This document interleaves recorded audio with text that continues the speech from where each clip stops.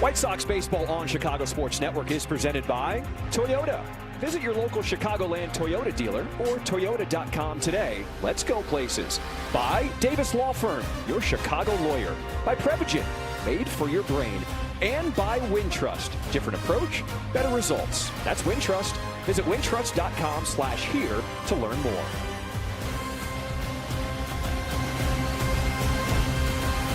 Welcome inside the ballpark. Happy Sunday to everybody. Sean Burke, last time with an opener. It was on April 3rd against Toronto. Pitched very well, 7 strikeouts. He will have an opener again. It'll be Brian Hudson getting the start, and Sean Burke, the bulk reliever, to finish out this series. What's up, everybody? Welcome inside the booth alongside Steve Stone. I'm John Schriffen. Well, there's no doubt Sean Burke, he is trending in the right direction. His last start, it was against the Diamondbacks. He got a win. And if you look back to his last start of the season last year, it was against the Nationals, a career high 10 strikeouts. I am excited to see what he's going to do today. He's had such a good knuckle curve this year that it's really been effective, and he's using his fastball to set it up. The fastball is very lively, and his previous start, he was just outstanding against the Diamondbacks. And in the desert, that's a good trick to use a good curveball. But he was in command for 6 innings, gave up a couple of earned runs with just 3 strikeouts. His first win in, well, about 9 months. And you can see the disparity between using an opener and not. ERA outstanding with an opener. WHIP terrific with an opener. Batting average against, 40 points difference. Home runs for 9 innings, well, he gives up very few with an opener. And strikeouts for 9 innings, many more with the aforementioned opener. And with Hudson going to the mound, he's been an opener in this series. He was very good the last time. Hopefully he helps Burke go deep into the game, save the bullpen, because there's no off days in a 3-game series coming up. Coming up, White Sox looking to make it 3 series wins in a row. This is the settler on this Sunday. First pitch here on the south side. It's coming up next. Bring him out. Bring him out. Brian Hudson will be the opener for the White Sox, walking him out onto the field as the Sox finish up this 3-game set against the Washington Nationals. A chance to win this series on a beautiful Sunday afternoon. Blake Butera, first season as the Nationals manager, just 33 years old. What a trip they have been on. This is the finale of a stretch of 17 games in a row. They can finish above 500. They come in their last 16 games 8-8 over that stretch. They're a much improved team with a little thunder in that lineup. Take a look at the starting lineup, and the thunder comes from the top. James Wood, he is the big bat in the lineup, followed by the former White Sox Curtis Mead, Lyle House Abrams. Jacob Young is a center fielder. Nasim Nunez, he was tearing it up yesterday. He was a problem for the Sox. There's a look at the tall left-hander Brian Hudson. He's been very good this year. You can see the 2nd time he's used as an opener, the 13th time overall he's pitched. ERA just about 1.5. Strikeouts and walks very good. And this is how he's going to use his stuff. That 4-seam fastball he uses over half the time. It's backed up by the sweeper and the sinker. Don't look for too many cutters. The 4-seam fastball has been the key. So we'll look at the defense and how Will lines them up today. Going to be Canner, Luis Angel, and Derek in the outfield left to right. Miguel, Colson, Chase, and Munataka at first base. Drew Romo's got the play today. We told you about Brian Hudson. Our weather's presented by Four Seasons Air Conditioning, Plumbing, and Electric. 57 degrees, feels like 50. Humidity is up there. The curveballs will be good, and the wind, it is a factor, 5 to 10 miles an hour. Ryan Wills has the plate. Calls strikes within 3% Major League average to all zones, and so there's no bias with the umpire as far as the strike zone. Hudson deals. First pitch is in there. Strike 1. Last time we saw him as the opener, it was the opener of this series on Friday. Pitched very well in that 1 inning, and the White Sox eventually getting a 5-4 win. The thought is, when you have a big lefty bat like James Wood at the top, you throw your lefty against him to try to keep him in control. On Friday, he walked him and then promptly picked him off first base.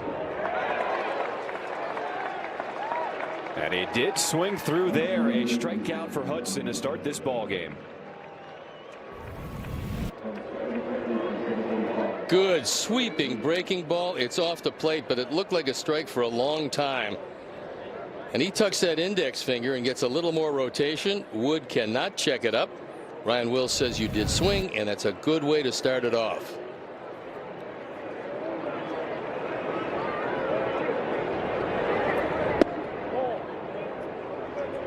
So Curtis Mead, picked up by the Nationals because of his defensive versatility. He is starting at first base today.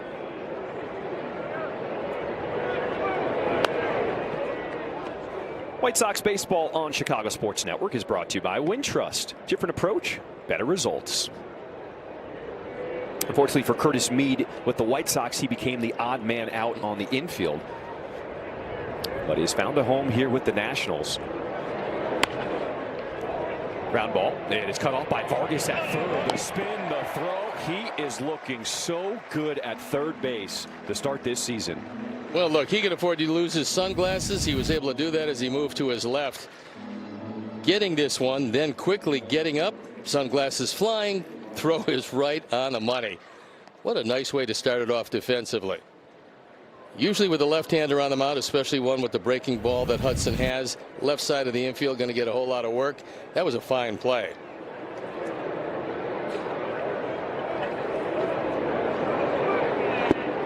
With all the incredible offensive numbers that the White Sox have had over this stretch, starting in Sacramento on the road trip, the defense can get lost, but there have been so many improvements by Vargas, by Montgomery, by Meidroth. The young guys leading things off. 3 up, 3 down. Brian Hudson does his job as the opener. Bats coming up. Leading off second base, number 10, Chase Meidroth. Batting second, third baseman, number 20, Miguel Vargas. Batting third, first baseman, number 5, Mooney. Today's cleanup hitter, designated hitter, number 28, Everson Pineda. Batting fifth, shortstop, number 12, Colson Montgomery. Batting sixth, left fielder, number 41, Tanner Murray. Batting seventh, right fielder, number 25, Derek Hill. Batting eighth, catcher, number 36, Drew Romo. Batting ninth, center field, number 0, Luis Angel Acuna. Let's go Sox! Nicely done, Oliver. 1-1 count here to Chase Meidroth, who is the leadoff hitter for the Sox here today.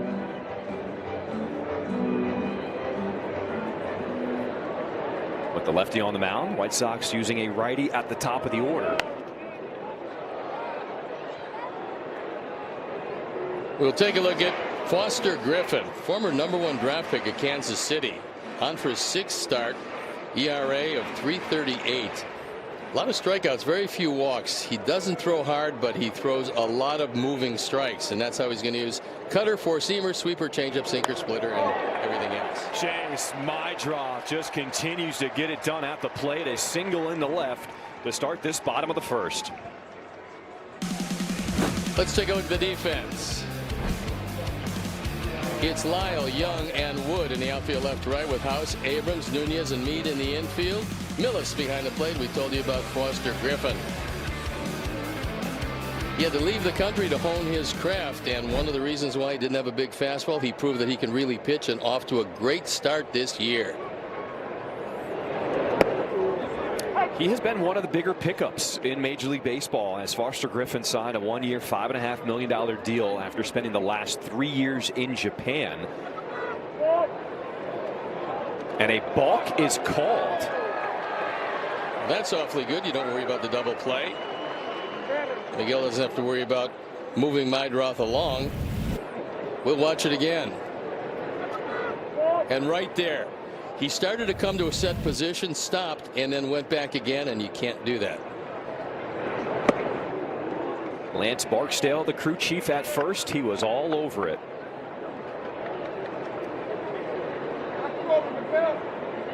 They should hold him over, certainly, for tomorrow night's dog night. You can't have a better umpire behind the plate than Barksdale on dog night.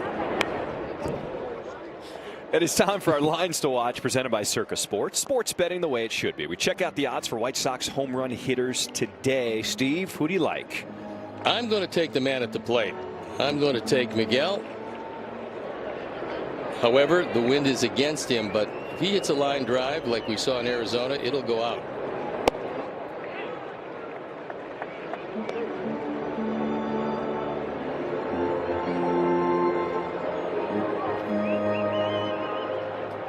In fact, I would say that if you want to spend a couple of bucks, go with Pereira also at plus 675.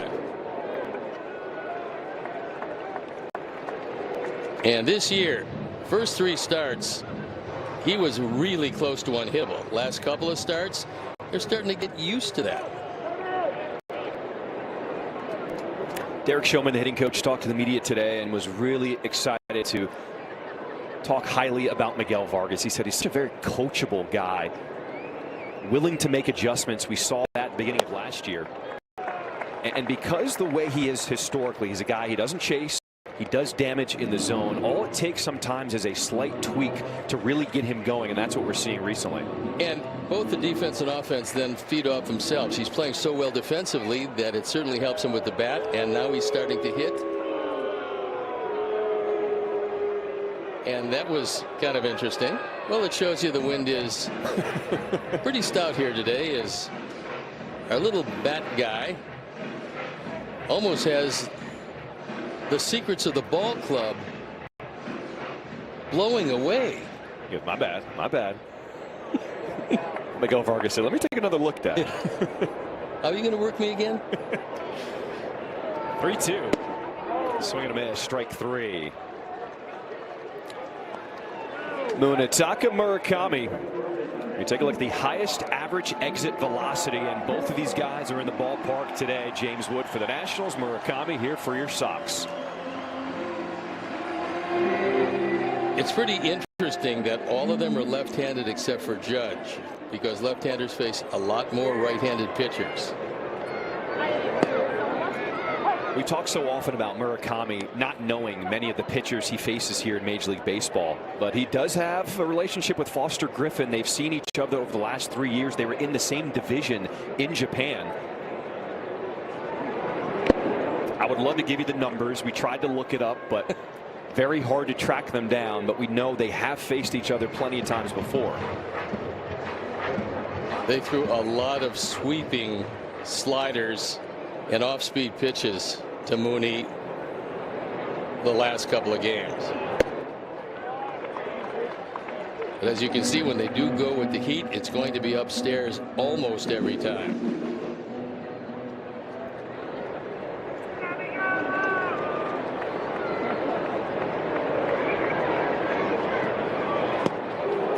Swing and a miss. So Murakami goes down, his first at bat today. Told you about the sweeping sliders, and this one breaks a great deal. Looks like a strike and just keeps on going away.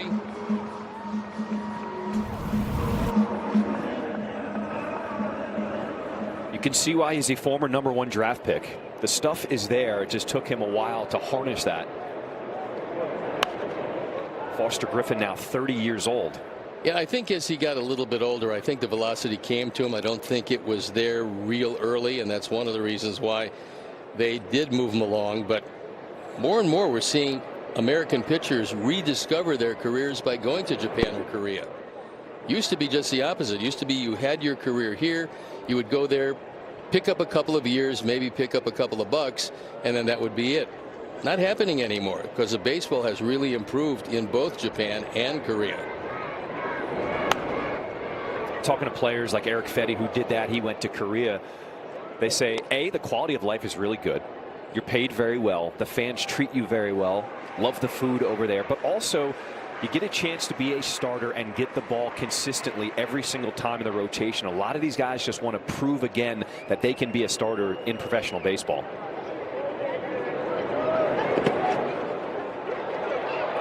Runner goes, and my drop taking advantage of that ball in the dirt. Yeah, for Millis, you don't make that throw because you got no chance to get Chase. That's going to be a wild pitch. He blocks it, but it knocks off the mask. Good heads-up base running. You see Meindroth just take off, and this one almost winds up in left field for the first run of the game.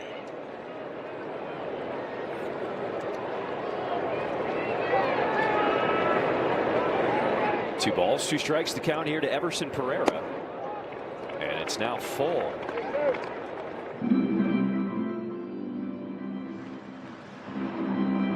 White Sox looking to shake off yesterday's tough loss, 6-3 in 10 innings.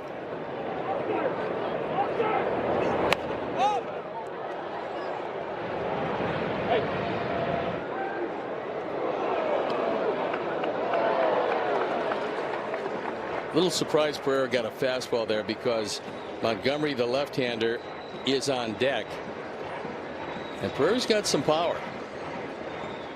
You don't need to make a mistake with him. Put yourself down a couple.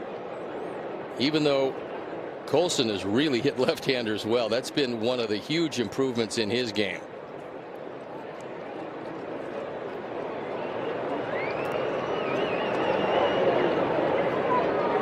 Three-two. Swing and a miss. Buster Griffin's brought his good stuff. Yesterday, the White Sox were battling back, tied it late. Unfortunately, lost in extras. Still a chance to win this series today. Top of the second we go. This half inning is brought to you by Wintrust. No score between the Nationals and the White Sox, and a new pitcher on the mound. Sean Burke comes on, and this year he's been in 6 games. ERA of 4.10. Strikeout percentage a little bit lower than you would expect because he's got really good stuff.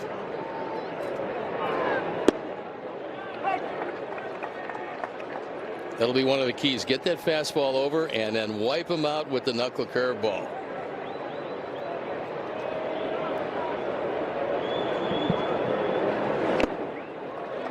One of the things you always look for early on, how's the fastball playing of Sean Burke, and he's located the first 2.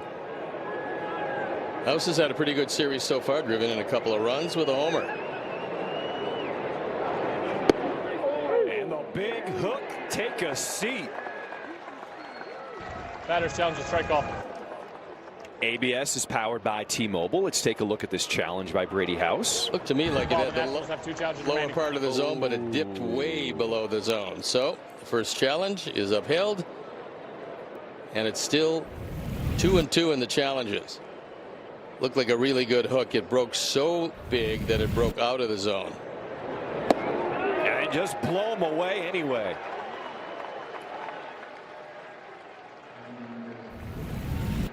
So you don't like my hook? Here's a face full of fastball. Right down the middle, and he throws it right by him. 3 fastball strikes, that's a good sign.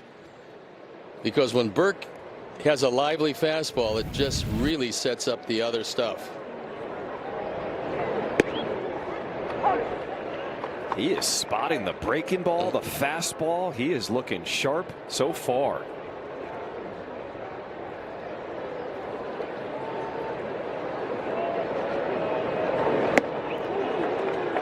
More of this, please. This is the Sean Burke we want to see. Well, especially upstairs. I mean, there's a lot of life on that fastball upstairs. And credit Hudson with a fine first inning, 1-2-3. You take down Wood, Mead, Lyle, and hand it over to the starter. Popped up.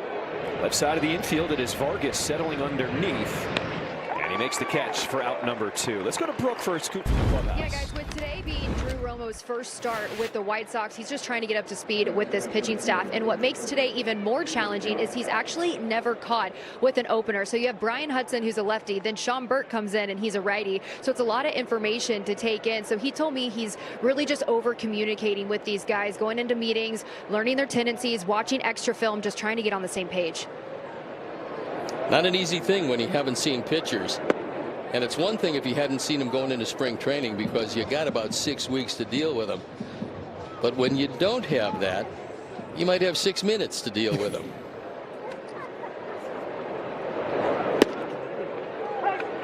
Fastball is popping here in this second inning from Sean Burke. Strike 1 called on Jacob Young. Really felt like his last outing in Arizona really helped him solidify his confidence. Tapper to left side, and Vargas is going to let it roll foul. Smart play. This is a really good play because you really have no chance to get Young at first base. Even though he's even with the bag, he's got to come a long way, and then you see the spin. Once it leaves the grass to the dirt, it's going to roll into foul territory, and as soon as it does, that's when you have to touch it. Because you never know, it could roll back in fair territory. That has happened a time or two. But sometimes just a strategically placed pebble can take it back into fair territory. So you certainly want to just grab it.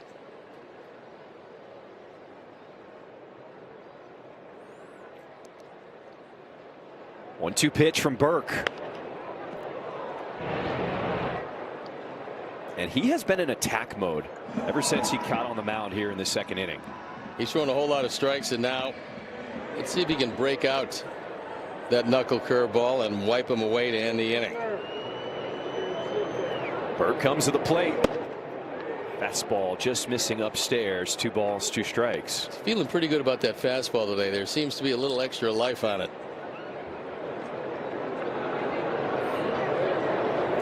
2 away here in the second inning. And the breaking ball that is driven down the line, a fair ball into left field. It is Murray who will now have to fish it out of the corner. A 2-out double for Jacob Young.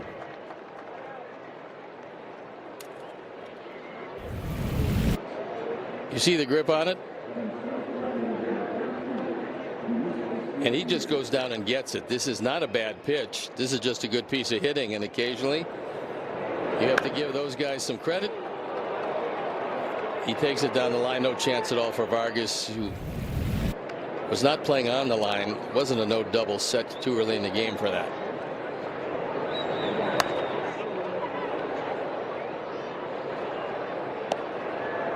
So after the Nationals pick up their first hit of the ball game, Luis Garcia Jr. steps in. Left-handed DH. Batting .264 on the season.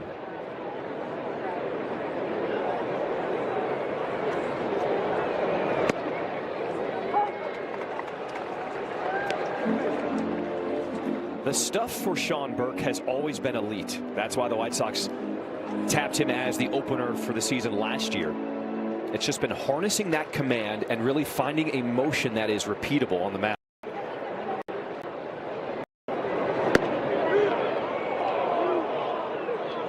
Well, at one point he was one of the top prospects in the organization, and then he got hurt. Now he's rebuilt everything and fighting his way back. Once again, that stuff is pretty overwhelming when he's got command of it. Swing and a miss, strike 3. When we come back, the red hot Colson Montgomery. Come on, Toyota. Let's go places.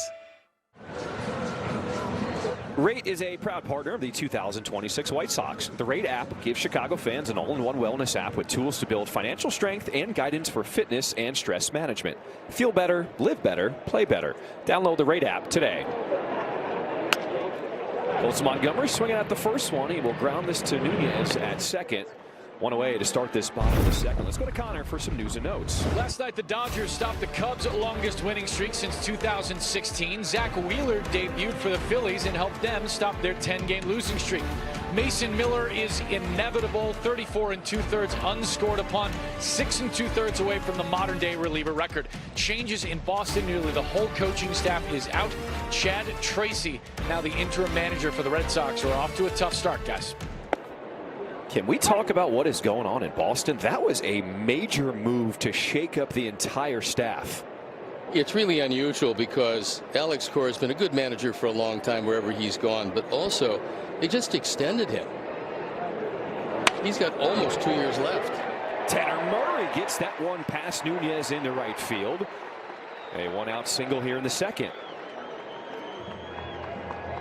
We'll take another look at it. It's a nice piece of hitting because he goes that way. It's a tough ball to pull. Just off Nunez's glove. It We've seen Nunez at shortstop and now second base, and that's a second hit of the ball game, both singles.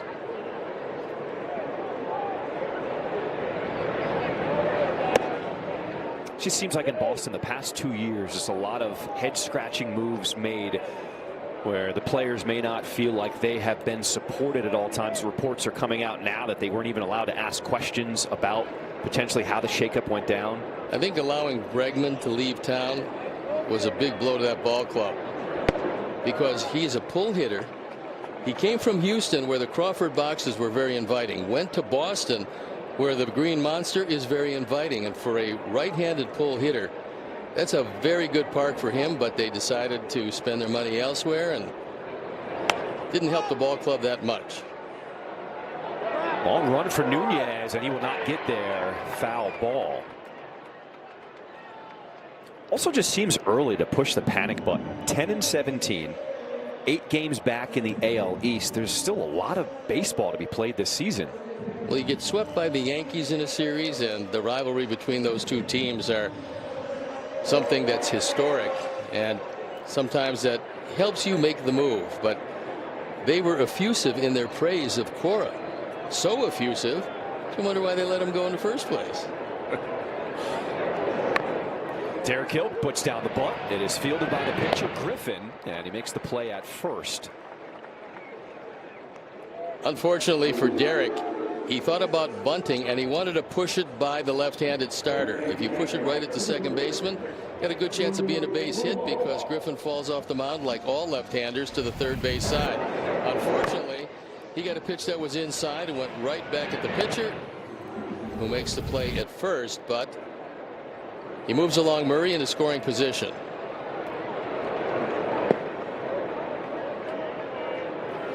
Drew Romo, his first start in a White Sox uniform.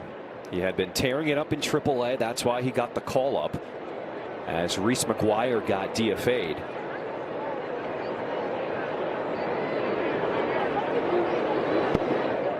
Does not have much Major League Baseball experience. Broke into the bigs with the Rockies in 2024. Played 16 games. Then played 3 games for the Rockies last year. So he's trying to make the most of the opportunity here with the Sox.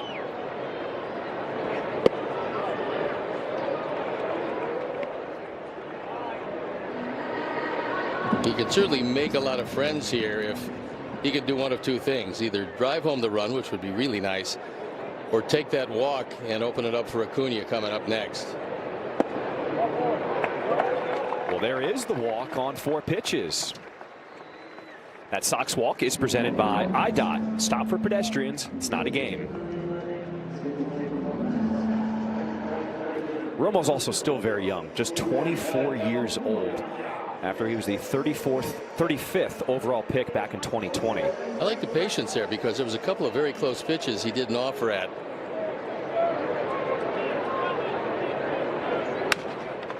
Broken bat. Grounded to short, and Abrams will retire Acuna to end this second inning.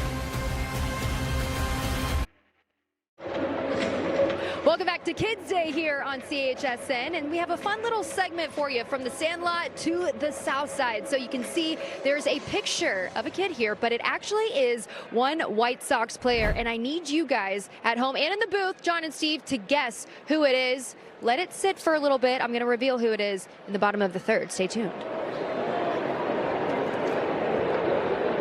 Okay. We can all play along at home. No Googling. It's not a young southpaw, is it?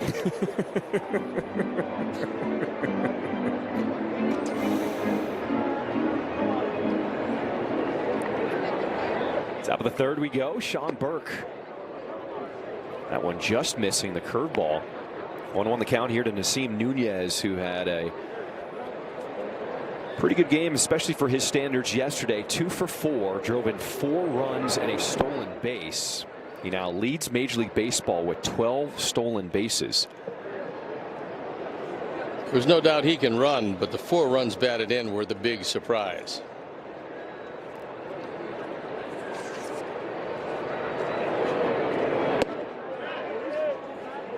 Did not go around there. Top of the third, this half inning is brought to you by Hyundai. So Nunez was asked about his performance after the game, and he said, I've been trying to channel my favorite player, Francisco Lindor. Hope he doesn't channel him too much, because I think he's just on the injured list. But you pick a good one, because he's been pretty much a team leader wherever he's gone. Colts Montgomery working around this ball. Always so smooth at short. And he gets the first out here in this third. Grab your family and head to the ballpark this season with a family pack. Starting at $21, each family member gets one hot dog, a drink, chips, and a cookie. For tickets, visit whitesox.com/family. That one doesn't look like much, just a routine ground ball to shortstop, but you took their premier base stealer, leading off an inning, you kept him off base. Now you don't have to worry about him stealing himself into scoring position.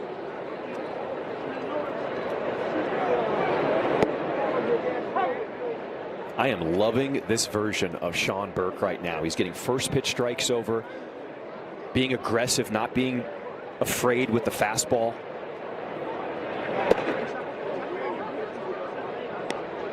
Well, you can tell just by the extra life on the fastball that he's feeling about as good as you can feel right now.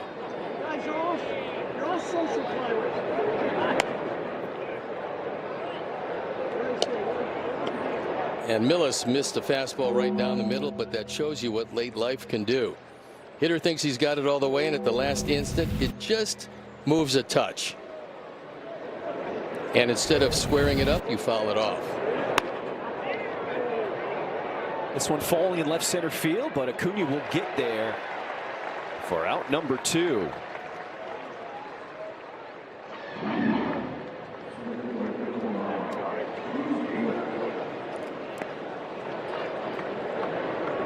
So the first time that Sean Burke will face the top of the order, James Wood.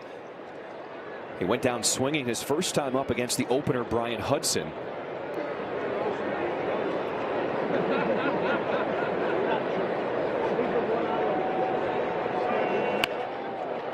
Swings at the first one and will plunk it into right field. So a 2-out single for Wood.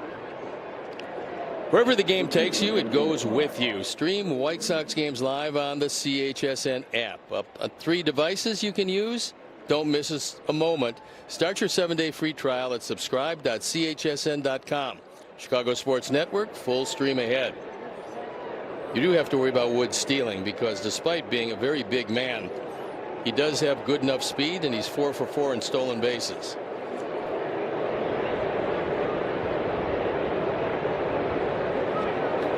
Goes first pitch, thrown out from Romo. Got him on Get him on the helmet. He did. Nice throw from Romo behind the dish. Burke was quick to the plate, and the throw, helmet goes flying, gets him on the hand. He's out and out of the inning. We bit chilly. Welcome back. It's time for Know Your Sox Kids Day edition featuring Chase Meindroth. I asked about his favorite baseball memory growing up, and he went back to his Little League All-Star days, making a run to Williamsport. He said it was the same group of guys for 3 years, including Kyle Karros, who plays for the Rockies, and those moments really stuck with him. I also asked what advice he'd give his younger self, and he said just enjoy it and cherish it. Don't rush growing up, because those are the years you don't get back. And his favorite snack as a kid? He kept it simple, guys, with Blue Jolly Ranchers. They're good. They make your mouth blue, but they're good to enjoy.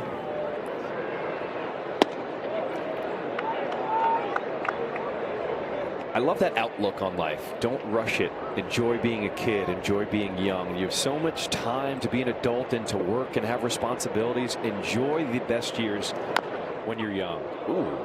That one really hurt. Good breaking ball, and when it moves inside to a right-hand hitter, if you do hit the top of the baseball, it's only going one place. In this case, the ankle on the inside of Chase. The only problem with that philosophy is that when you are young, you can't wait to be various ages. The first thing is 16 because you want to drive, 21 because you want to drink. So you're always looking ahead, and you're always saying, boy, I wish I was just a little older to do this, do that. I think it's a great idea to enjoy all of your youth, but you're always looking ahead to the next thing.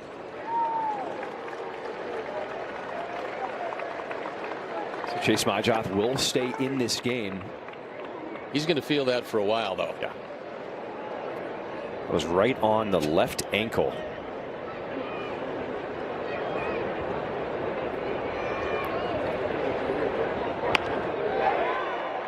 That is caught in the air by Nunez. One away. Time now for the GovX hero of the game.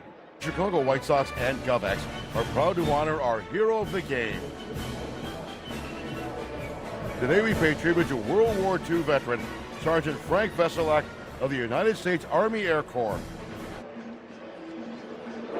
Man, we salute you, Frank. What an honor and inspiration to have you at the ballpark today. He is 100 years old, a lifelong Sox fan, a veteran of this country, and to just see him out there with all of that energy and enthusiasm, we appreciate everything he has done. For 100 years old, he looks pretty good. He looks incredible.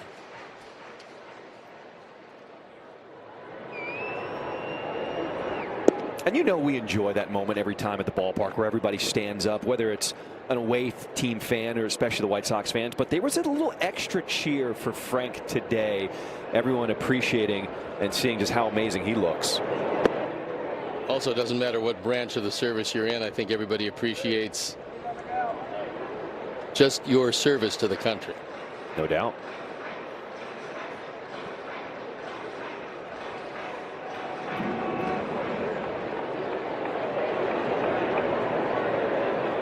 One ball, two strikes to count here to Vargas. It's this one hard to center field. It is Young moving to his left, and he makes the grab two-way here in this third. Well, we'll take a look at home runs by pitch type. The four-seam fastball, he's hit 4 of those. 2 cutters, 2 changeups, and a sinker, curveball, slider. So he's hit a lot of different pitches out of the park.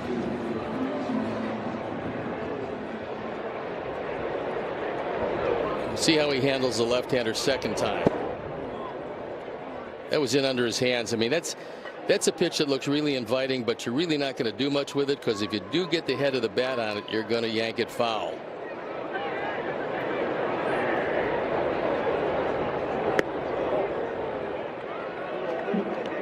We showed it in the open. What makes Griffin so tough, his arsenal is so deep. 7 pitches.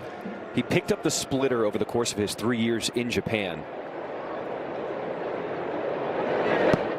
And coming into the game today, his splitter and his changeup, hitters are 1 for 22 against it with 9 strikeouts. And that's without having the huge fastball. I mean, it's a good fastball because there's a lot of life on it. It's just not a big fastball, and because of that, he's had to kind of go with the inventive pitch. Try everything and see what works on a daily basis.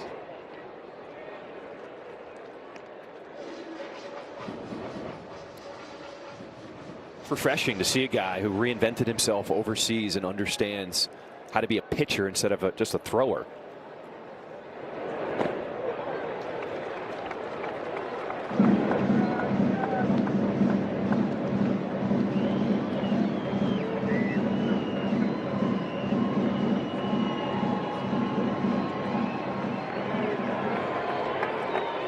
Murakami in a battle with 2 outs here in this bottom of the 3rd inning. Here's the payoff. Swing and a miss. Strike 3. Well, Frank, we salute you and everything you have done for this country at 100 years young. The youngster there. Appreciate Chicago Sports Network. Top of the 4th. Still no score between the White Sox and the Nationals. This half inning is brought to you by Toyota.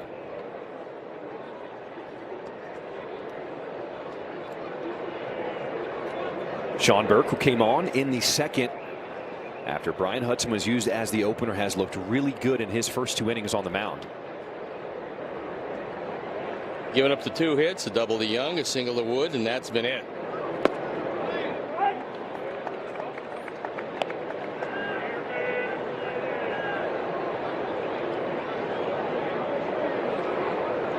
Curtis Mead 0 for 1 with a ground out today. Lifts this one high in the air to shallow left field. as Murray comes in and will make the catch. Let's go to Brooke.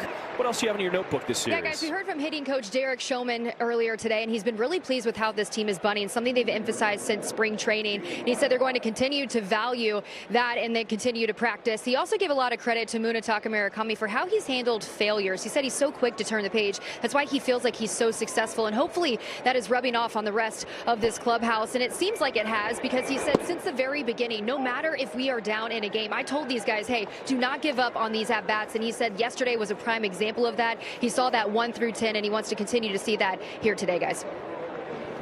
Derek Showman's done a great job with this staff. The young guys are certainly coming along offensively. And the real philosophy for any of these guys is forget about yesterday. You don't have tomorrow. The only thing you have is today, and you have to concentrate fully on the task at hand, pitch to pitch or hit to hit. That is just filthy from Sean Burke.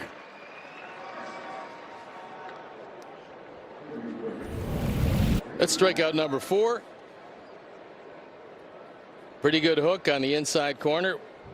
You see the rotation. It's up, and then just disappears under the bat.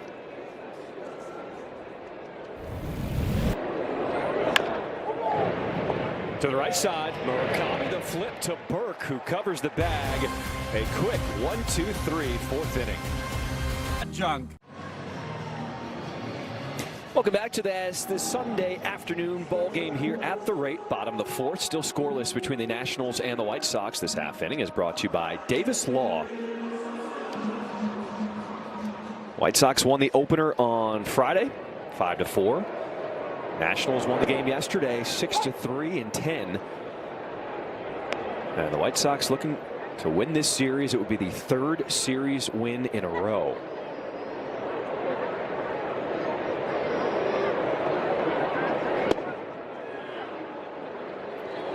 The White Sox are trying to solve the mystery that is Foster Griffin on the mound right now. You really can't look for any particular pitch. He has so many, and he changes speeds on all of them, that he's not only deceptive, but you can't even look for anything.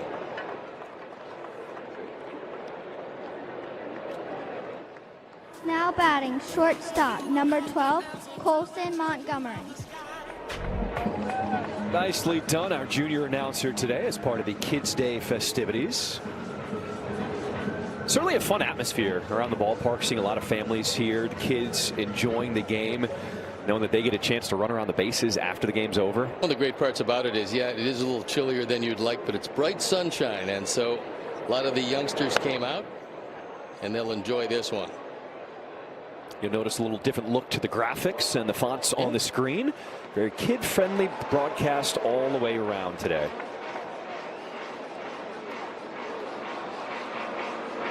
Young fan they're trying to entice with southpaw. And food. Always food. Inside, and that one did hit Colson Montgomery. That's the 3rd time in 2 days. We'll watch it again. It's 4-seam fastball. He tries to ride it inside, and hopefully it got more uniform than anything else.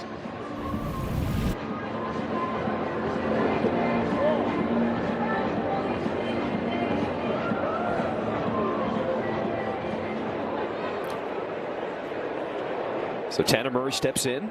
He has one of the 2 White Sox hits today off Foster Griffin.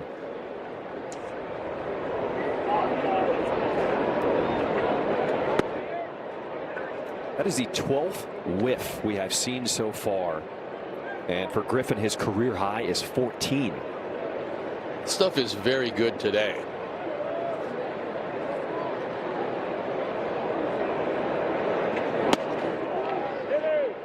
Appeal to first. Lance Barksdale said he did not go around. 1 ball, 1 strike to count here to Murray.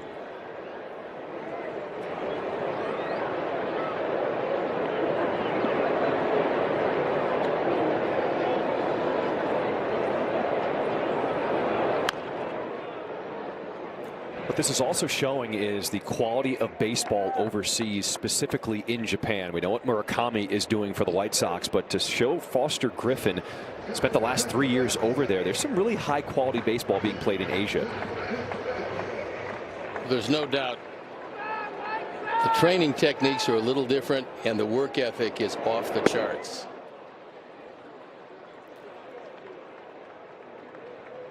Now batting right fielder number 25, Derek Hill.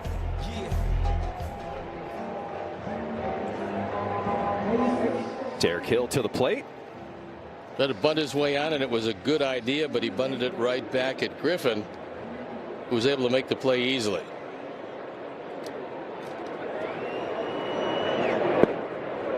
Griffin also has 6 strikeouts now. His career high is 7.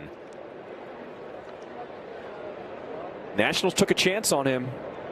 Did not have to spend much, $5.5 million for 1 year. Now there is another $1 million in incentives added on there, but he has certainly performed well to start this year. If he reaches those, they're going to be very happy. I think they're pretty happy right now.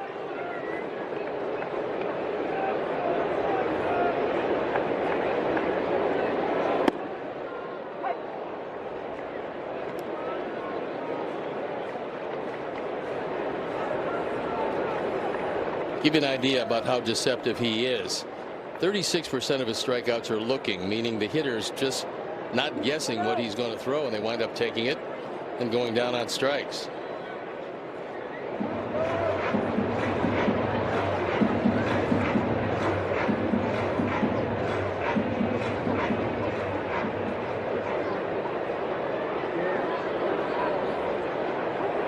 One ball, 1 strike here to Derek Hill.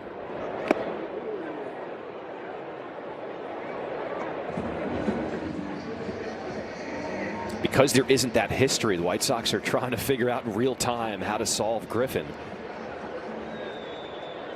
Well, you have so much information, but you don't really know what a guy looks like live until you actually see him live.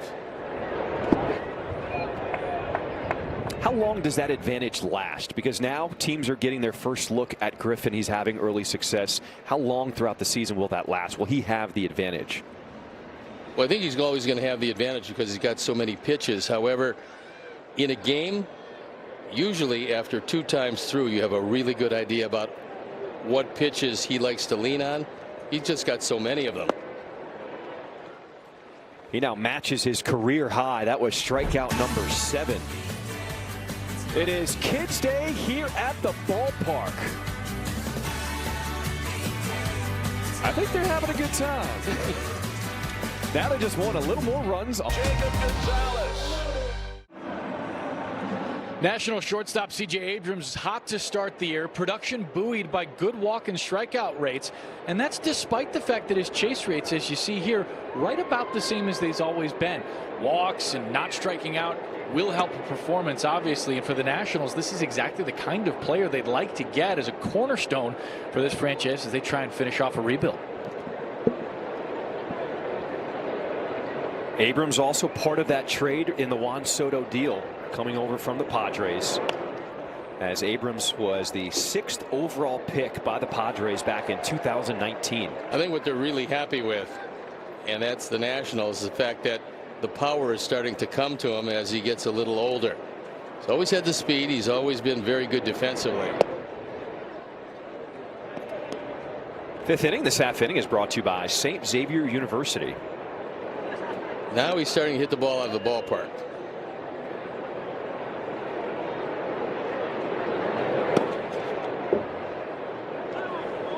Three balls and a strike here to Abrams. He also will steal a bag if you put him on. 5 steals and 7 attempts.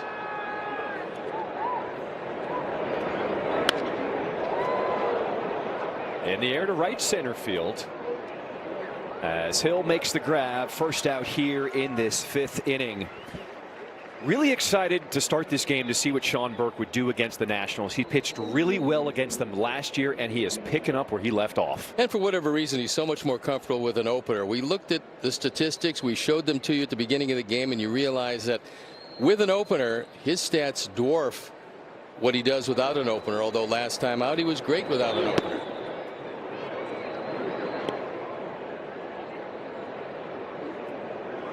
The stuff he has today, how often does a starting pitcher have this kind of stuff where they really feeling like things are sharp?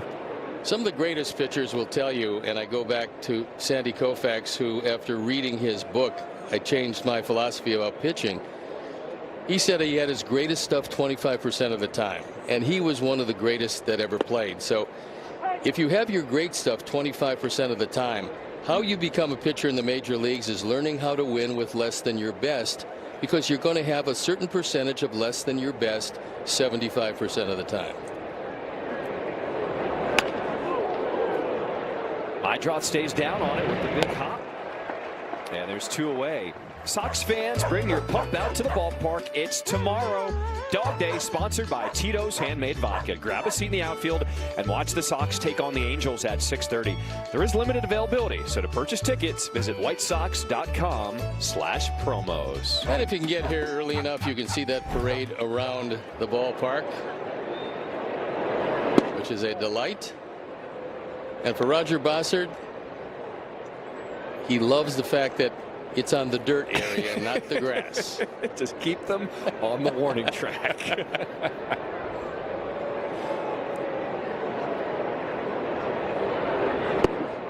Going back to that Sean Burke conversation, it was something I talked to Burke about earlier this year, and he said some of the outings that would have gone so much worse last year, he feels like he's been able to keep them under control even when he doesn't have his best stuff this year. Well, he told me last time out in Arizona was the best knuckle curveball he's had this year. And that's such a huge weapon that if you can get your other stuff over the plate, that can be your wipeout pitch. Also still very young, just 26 years old. Pitchers usually start to come into their own right about then and carry it over through maybe 27 to 30, 31. Those should be prime years. And right now, Burke is heading into the prime years. Fly ball to left field. It is Murray who makes the catch. Another 1-2-3. Welcome back. StatCast 3D is powered by Google Cloud. We take a look at the swings and misses so far by the starter Griffin. I mean, only 4 innings. 5 on the cutter, 5 on the sweeper, 2 on the change, 2 on the sinker, 1 on the splitter. So he's using a lot of different pitches, and they're all deceptive enough to get swings and misses. We start this bottom of the 5th. This half inning is brought to you by Prevagen. 8-9-1 in the order to the plate for the Sox, starting with Drew Romo. You asked for a walk last time, and he obliged. He did. Any requests this time at the plate? Well, it would be really nice if he was patient enough to perhaps take another one, but the way Griffin is thrown, he's not walking too many.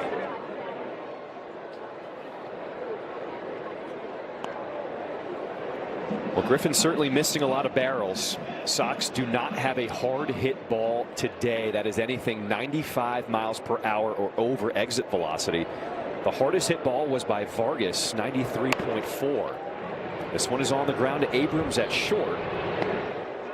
Let's check in with Brooke. All right, guys, it's time for the grand reveal when it comes to Sandlot to the south side. Let's bring up those pictures here because I asked you to guess which White Sox player this is. And the grand reveal, it's Sean Burke. Guys, did you think it was Sean? Was the Boston Red Sox hat a giveaway? I think it was the Red Sox hat was the giveaway. Massachusetts native Sean Burke. I think it looks a whole lot like him.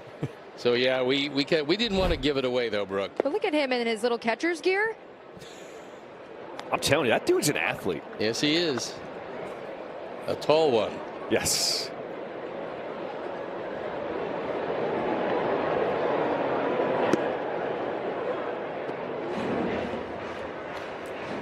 Hitting coach Derek Showman talked about Luis Angel Acuna in his media briefing today and just said it felt like Acuna was a guy who obviously came over as part of the trade, putting a lot of pressure on himself, maybe pressing a little bit at the plate and starting to expand his strike zone. So asking him to be a little more selective at the plate. And I also don't think it's the easiest thing. He's a shortstop and he's been playing center field and looks like he's doing a little bit better out there. It's this one hard to straightaway center, but it is Young tracking it down for out number 2. It's time now for a message from Ankin Law. Howard, my husband fell at a construction site. I knew it wasn't safe. At Ankin Law, we're one of the largest filers of workers' compensation claims in the state. If you've been hurt on the job, in a car accident, or suffered a medical mistake, call 312-6-million. All right, so even though that wasn't out, that was the first hard hit ball by the White Sox today, 103 miles per hour off the bat of Acuna. I think the Sox could use Acuna hitting the baseball from the 9 spot. Then you move up to the top and you got Madrath Vargas against a left-hand pitcher. He hit it hard, but into the wind, it wasn't going anywhere. Let's see what kind of adjustments can be made this third time through the order against Griffin.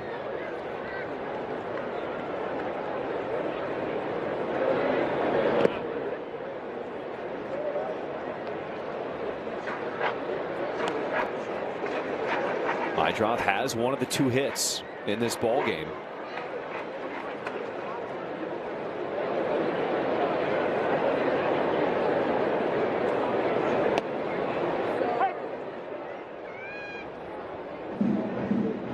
He also has such a good idea of what he wants to do on the mound. I've talked to some people from the team. They say he calls about 60% of his own pitches because he has PitchCom available on his glove.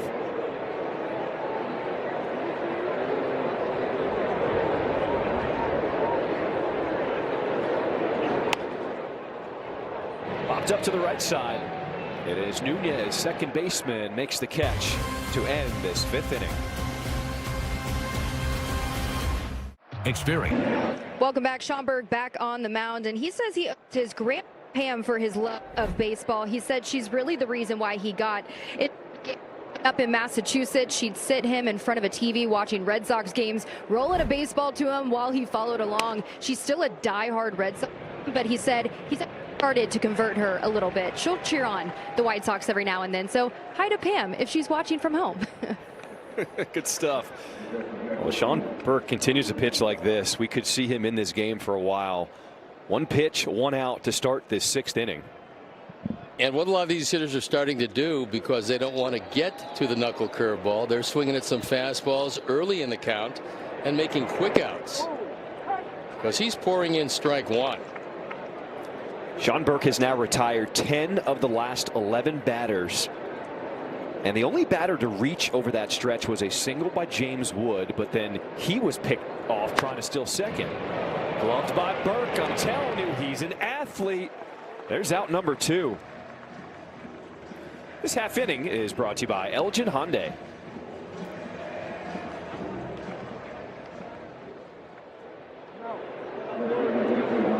It's almost like all the young players are starting to settle in at the same time now. We saw it from the offense starting on the road trip, and the pitching staff, starting pitchers, are really starting to come around here. Yesterday, Noah Schultz was just incredible on the mound. 6 innings, 8 strikeouts, a new career high for Schultz.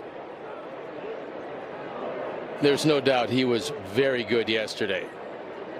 Came away with a no decision, but it wasn't anything he did, and that was a big plus of an outing for him in this just his 3rd major league start. The only thing in what you noted yesterday was collectively the White Sox gave out 10 walks. That was the thing that they needed to clean up. Yeah, usually, I mean, you just don't win many games when you walk 10. What I like about Romo behind the plate today is he's getting the ball back to Burke very quickly. Strike 3 called. When we come back, Miguel Vargas to the dish. Today's game is brought to you by Marquette Bank. Marquette Bank is Chicagoland's trusted neighborhood bank and home lender. So level up your banking with Marquette Bank at emarquettebank.com. Marquette Bank, love where you bank.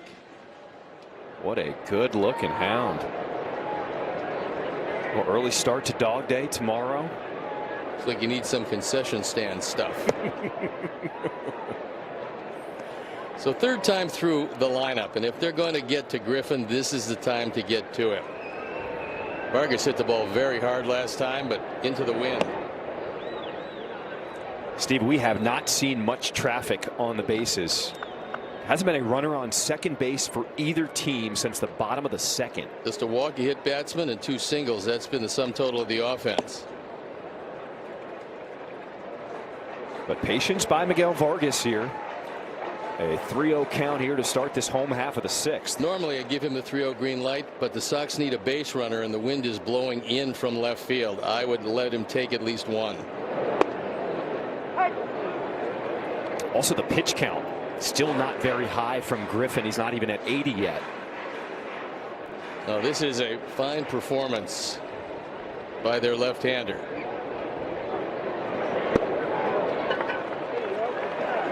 Leadoff walk here for Vargas. Are you ready for your winning moment? Find it at Wind Creek Chicago Southland, where the action never stops. Play the hottest table games, enjoy the newest slots, and celebrate big jackpots. At Wind Creek, there's a win waiting for you around every corner.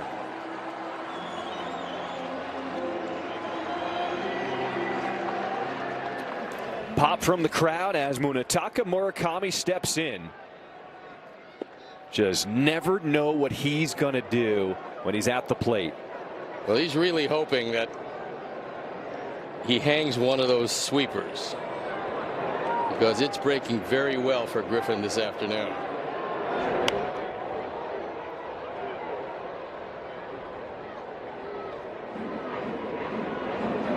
Murakami is 0 for 2, couple strikeouts against Griffin. But we have seen him make adjustments as games go on.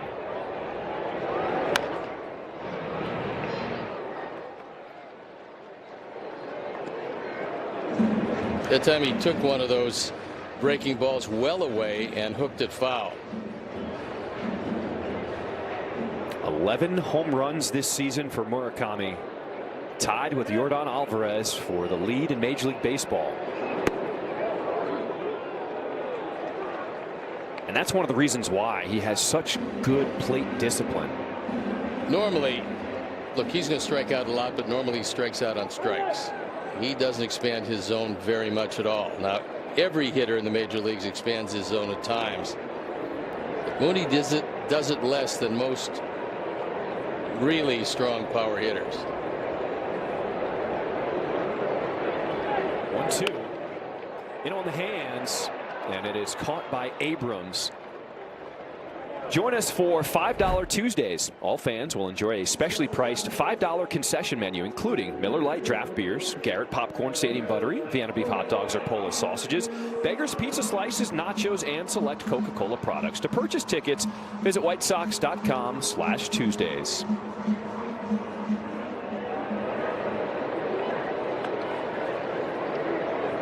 That's some nachos there. Oh, that is a loaded dog, Chicago style.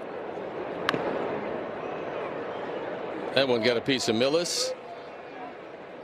So Ryan Wheels is going to go out there and give him a little time to compose himself.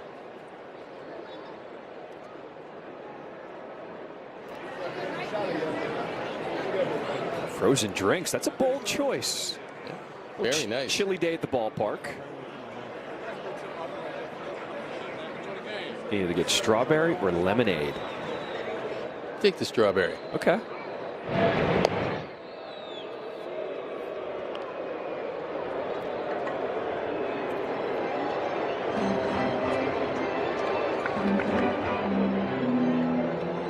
Everson Pereira also 0 for 2 with a couple strikeouts. Grounds this onto the right side. It is gloved by Meade. Starts it off at second, back to first. But Pereira beats it out. There's 2 down here in the 6th. That was a nice play by Meade because he was ranging far to his right. And he was able to smother the short hop to the backhand, which is really difficult to do. Just hustle down the line. Meade misses that. It's going into right field. He doesn't. And Griffin getting the bag at least gave him an opportunity to turn 2, but the hustle by Pereira had him beat it at first. I love you say that, the hustle, right? That's the identity we're seeing from this team. That's what they instilled in spring training. I mean, every one of his staff talked to these guys on a daily basis, and he told them exactly how he wants his team to play baseball. And call it the White Sox way or anything else you want to call them, but each and every guy has been hustling all season long in just about every game we've seen. Especially on this kids broadcast Sunday, what an example to look up to. You can't control many things on the field, but you can control the way you hustle. And hustling will consistently put the pressure on the defense, and eventually that defense is going to let them down. And the air to center field off the bat of Montgomery. And that'll do it for this 6th inning. We have a good old-fashioned pitcher's duel today. Foster Griffin for the Nationals and Sean Burke. He is top of the 7th we go. It's been the pitchers in command. We are still scoreless in the deciding game of this 3-game series. Sean Burke just a 7-pitch inning in the 6th. This one is popped up into shallow center field.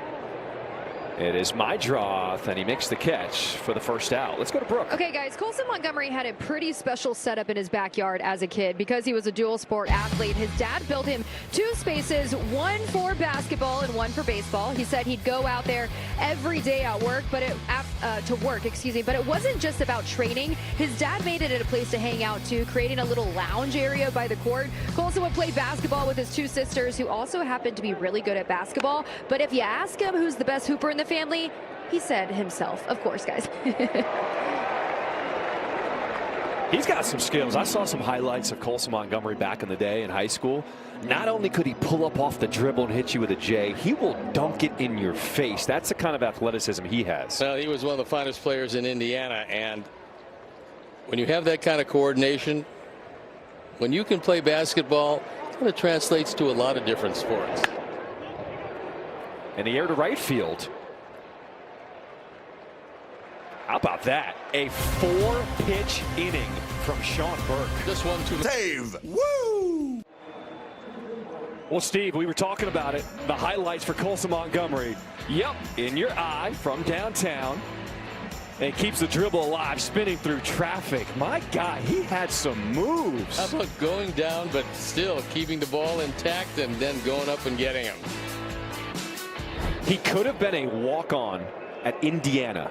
That is how good he was as a basketball player, deciding instead to stick with baseball as his path. And I also think the Sox are very happy he did that. He plays like he's going to be here a long time. Murray, a shot to left center field at the wall. What a catch by Young. In front of the Wintrust sign, takes one away from Murray. On a different day, that one is 20 rows back in left center field, but the wind is howling across to the right field corner. Tanner Murray hits the daylights out of this. Young is up. The timing is wonderful, and he makes the catch. It had the sound. Yeah, I mean, the wind just batted this one down. This is on a normal day way back.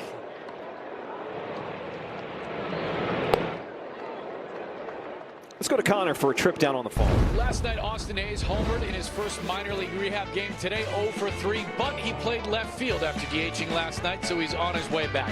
Christian Opper had a really good start at Double-A last night, but a tough start to the year for him. 4 innings, 6 strikeouts. That's back on the right track. And George Wolko homered at Winston-Salem today, his 4th for the big Wolko. Guys, back to you. All right, Connor, good stuff. Steve, you can tell how dominant both pitchers are as hitters are stepping up to the plate, just trying to attack anything early in the count. They both have great stuff, and I would think Griffin probably should leave this game, and Gus Varland is loosening up. I'm just worried about this man's year the rest of the year. You don't want him to extend himself here, but I think the Sox would like to see him gone because he's been really tough. This is the first time as a starter that Griffin is pitching into the 7th. And he may still be out there for the A's. We asked White Sox players for their favorite childhood baseball memories here on Kids Day, and Derek Hill did not hesitate when I asked him. He immediately brought up a tournament in Cooperstown with his 12U team. They went 11-1. He said it was by far the best time of his life. The first time they were all on their own without parents. They stopped at Cedar Point and Niagara Falls on the way out from Iowa. An epic trip for Derek Hill and all of his teammates. Cedar Point, huh? I was there as a young person. Wonder if he ate at McGarvey's. Good seafood house at Cedar Point.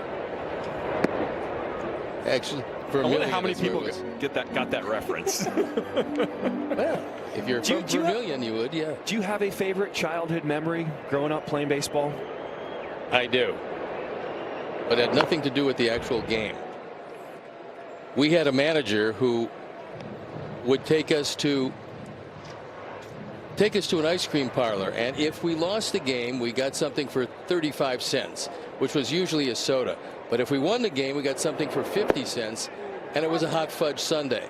And his name was Frank Snell. Everybody wanted to play for the Red Sox, which was his team, because he got ice cream afterward.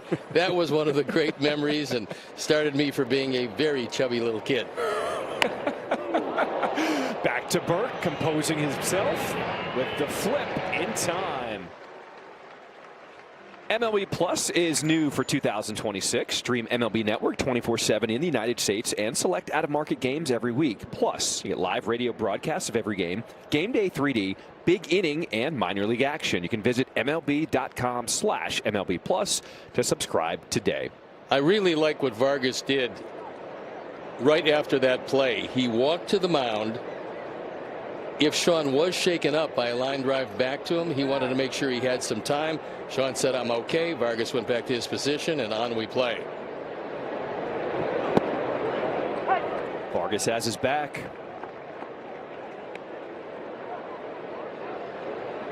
One away here as we start this 8th inning.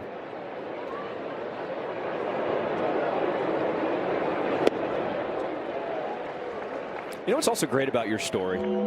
That was your greatest childhood memory. I think it's a reminder to all of the adults who are around kids so often that maybe it's not the technical thing that is so important to teach coming up. It's the love of the game and just having fun on the baseball diamond. Yeah, don't teach me a crossover step on the lead.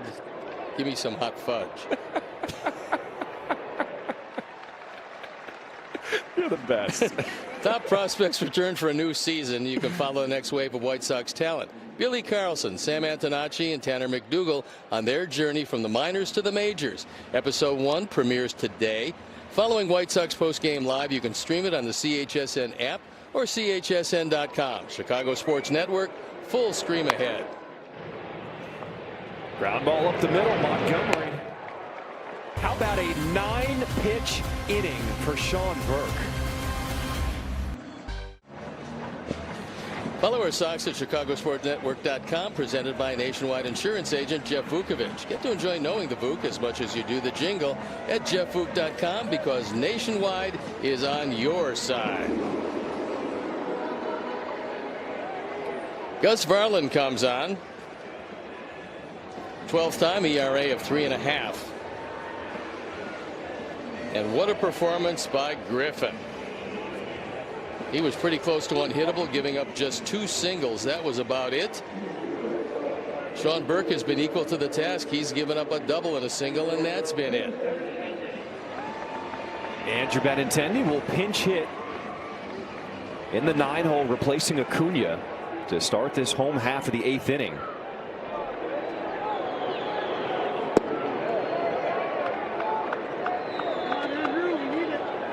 All the lefties waiting on the bench for Will Venable. Was not able to make a move because the starter was in there so long. It's like the fans in the ballpark can sense it as well. Good crowd again, almost 25,000 on hand. Trying to cheer on the Sox and get a little offense here in this 8th inning. In the dirt, Benintendi did not go around. Ryan Addington on the call at third. I think to a man, the Sox are fairly happy that Griffin is out of this game. Who you pick, right? Benintendi, but this one is going to get pushed foul with the wind.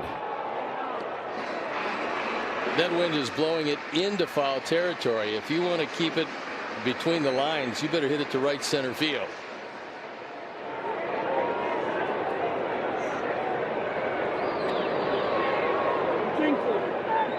2-2. Swing and a miss. Strike three. All right, it's time now for a preview of White Sox postgame live presented by Yingling. Let's check in with the guys, Chuck and Ozzie. All right, we're waiting for someone to score. We certainly hope it is the White Sox. How are they going to do it against the Nationals bullpen that has been shaky this season? Very struggle. Burke threw the ball well. Also, Griffey threw the ball good. Couple balls have been hit okay. Yeah. I know that they should be a home run, but we will see. Let's go. Let's win that right now. All right, I'm putting it up there in the universe. A winning edition of the postgame show. Back to you guys. We love that. Good vibes all around. Also, Ozzie. Black on black on black. I mean, the fits just keep getting better. Very nice. High in the air to shallow left. Drifting back is Abrams to make the catch. Time now for the upcoming schedule presented by Toyota. Let's go places, and it's the Angels coming to town for 3.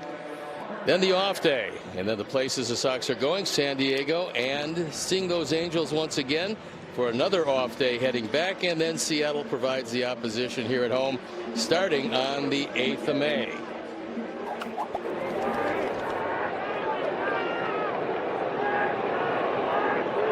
Two outs. Miguel Vargas at the plate. Takes that pitch out of the zone, ball one.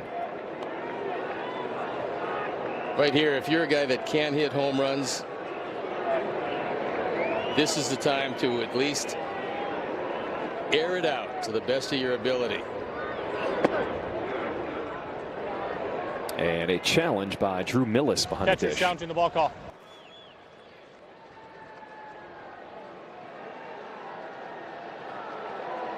There's a strike. The Nationals have 2 challenges remaining.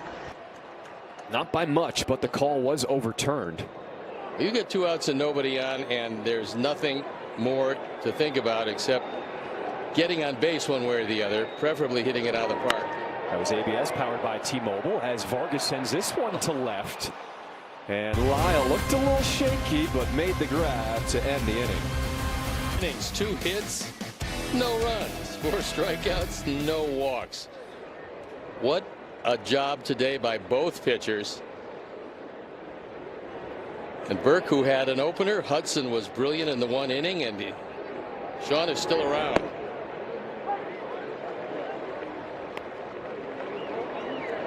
This is the best job that he has done, getting ahead of hitters and putting them away quickly. That was just pitch number 71. I mean, a lot of strike ones. A flare to left field, and this one is going to drop. Sox fans, join us at the ballpark on Saturday, May 9th as the White Sox take on the Mariners at 6 o'clock. 15,000 fans will receive a women's athleisure jacket presented by Rush. To purchase tickets, visit whitesox.com/promos. So Tristan Peters will take over center field as the White Sox pinch hit for Acuna. And Nunez is going to be going somewhere early in this count, you would expect.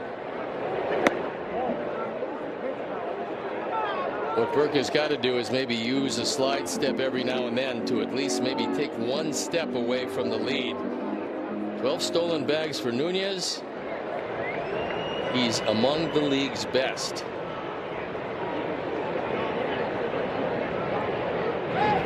He flinched, but just back at the bag.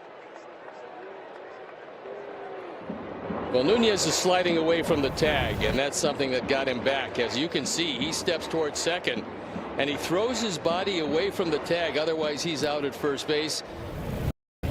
Wasn't. He's still there.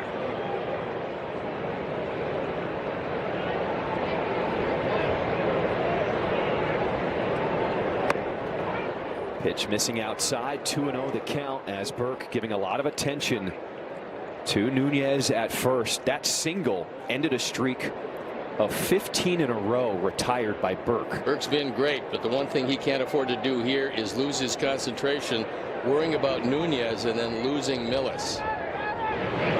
That is throw number 2 to the bag at first during this at bat. I like the first throw. Not so crazy about that one because now it puts the base runner in a much more aggressive posture. There he goes. Throw down from Romo. And not in time. A stolen base for Nunez.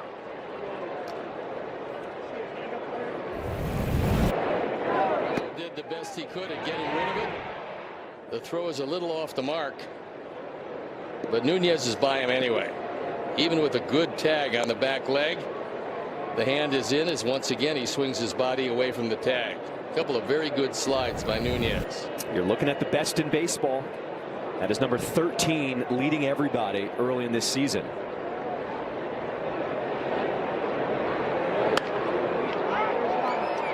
And the air to left center field. It is Peters, the center fielder, taking over. And tagging from second, getting to third. You see the wheels of Nunez. Wherever the game takes you, it goes with you. Stream White Sox games live on the CHSN app on up to 3 devices. Don't miss a moment. You can start your 7-day free trial at subscribe.chsn.com. Chicago Sports Network, full stream ahead. Give this man a round of applause. What an outstanding effort from Sean Burke. I'm thinking about a standing ovation with the job he did today, which was absolutely brilliant. And they're standing all around. Well deserved by Sean Burke. We'll be back. Steve, how about the day for Sean Burke? Well, he was in command the whole way, and the fastball was popping. The curveball was just going straight down. He had complete command of everything.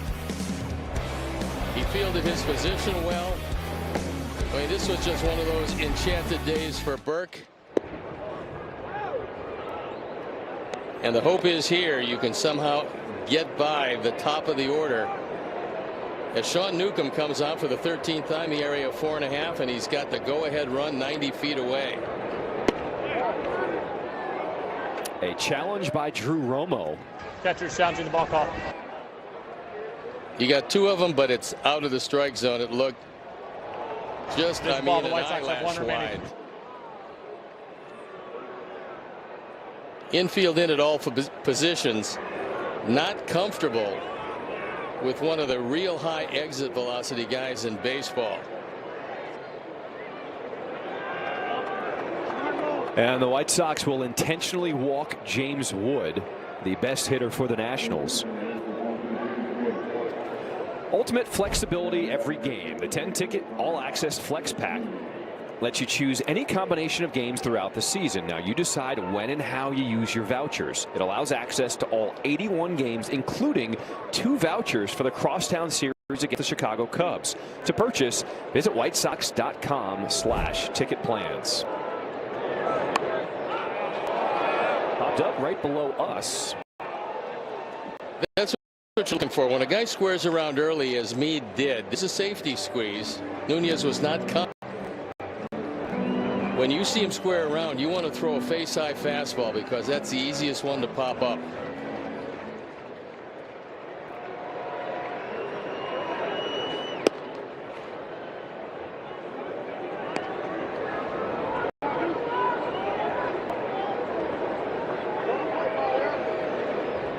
One ball, one strike, the count here to Curtis Meade. Did he go around? He did not. Lance Barksdale on the call at first. We'll look at it from the side. I think he checked it up. I think that was a good call by Barksdale.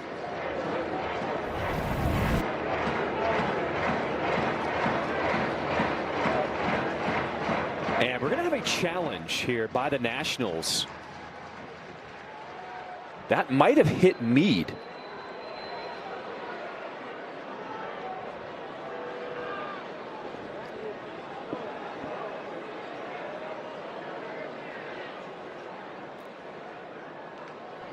Washington is challenging him that the batter was hit by the pitch.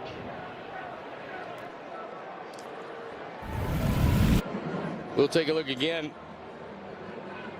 It's a slider. Ooh, did it nick that knee going by?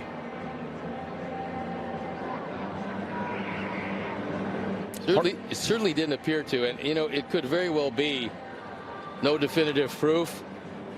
He doesn't swing, and it looks like the ball is actually by him before it hits anything.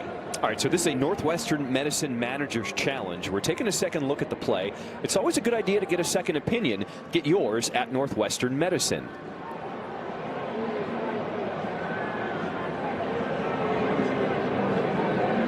Nationals had some time and some looks at it. That's why they decided to challenge this. It didn't appear like the ball was redirected, but let's take another look, Steve.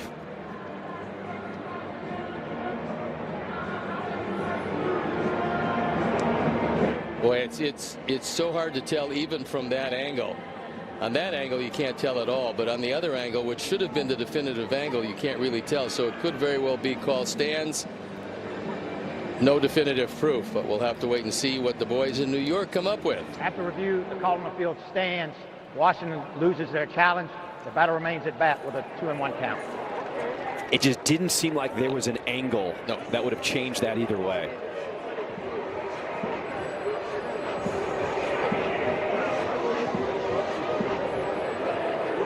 So the call stands, and it's 2 balls and a strike to count against Curtis Mead. Wynn pushes that one out of play, strike 2. So this is where Romo, if he does call a slider, you got the go-ahead run 90 feet away. You're looking for a strikeout here, and at worst, the slider might get you that ground ball to the left side and turn it to 2. Popped up. Murakami with the wind pushing it in foul territory. Makes the catch as Nunez faked it, but goes back to the bag at third.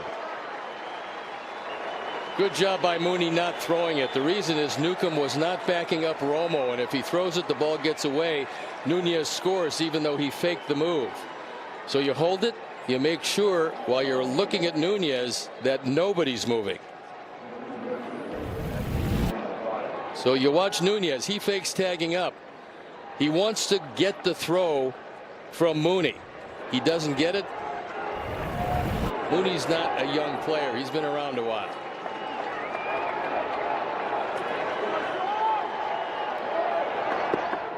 Big swing and a miss to start the at bat here to Dalen Lyle with 2 outs here in this 9th inning.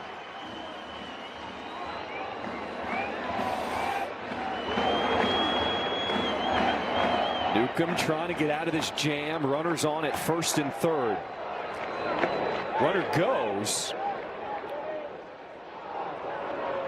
And the appeal to third. No swing.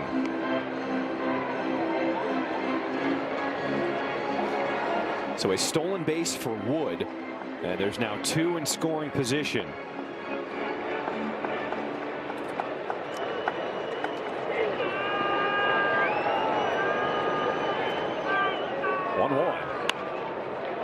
And on the hands, popped up. Mydroth backpedals, and he makes the catch. Nice job by Sean Newcomb. Keeps this game scoreless. Bets. There's a difference between an ending and a finish. Endings are imposed and inflicted. Full game, Southside, stand up. Finishes are earned and celebrated. The White Sox are gonna walk it off in the ninth. It's the last word, the closing act, the final step, the whole point. We don't remember the start. We never forget the finish. Let's go! The White Sox walk it off in the 10th. That's how you celebrate a home. Well, the White Sox are hoping for some magic to start this bottom of the 9th, and Murakami will challenge. ABS powered by T-Mobile. That one has a piece of the zone. There's a strike. The White Sox have no challenges. And we are fresh out of challenges. We've seen Lovelady before in the opener of this series.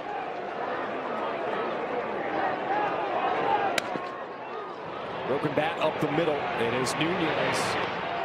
And makes the play to get Murakami, who dived at the bag at first. Dangerous play. Murakami with all he's got trying to beat this, and then the head first dive gets him there an eyelash late.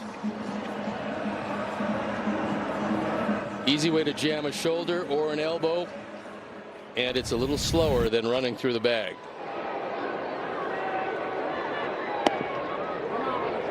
Sometimes instincts just take over, right? You want to dive head first, but to your point, it's slower than staying on your feet. And you want to get there as quickly as you possibly can.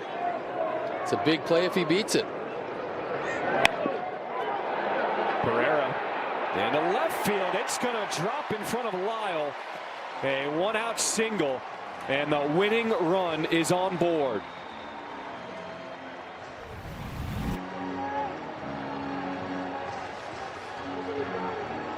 It's a little cutter inside. Pereira able to muscle it into left field, and then the wind helps a whole lot, knocking it down. So there's the winning run.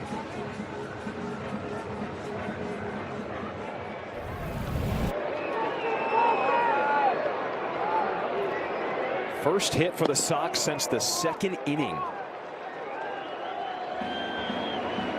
As Colson Montgomery now steps in. The winning run on at first. He has accomplished a lot so far in his young career. Does not have a walk-off hit yet. Try to end it with that swing. With some high heat, tough to catch up to lefty on lefty, but he was airing it out. Looked like a two-seam fastball, but he kept it up and on the inner portion and threw it by him. That almost got him again. He's been a ball magnet this series.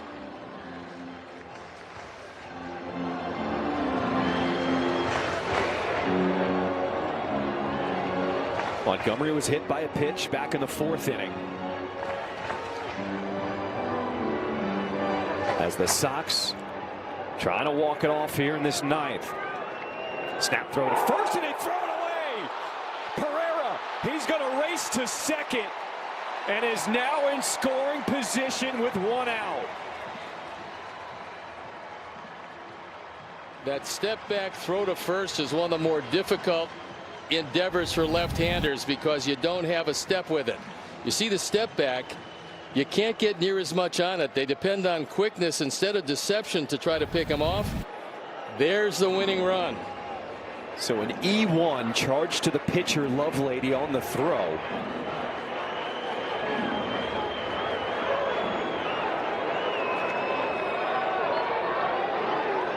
Two balls and a strike to count here to Montgomery. And he pulls that one foul.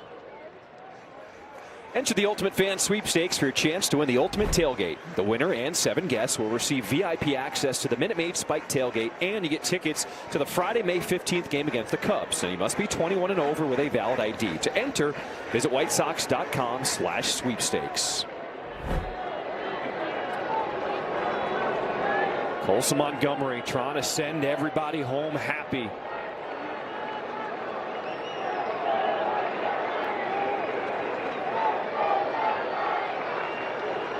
Two-two pitch. Swing and a miss. Strike 3.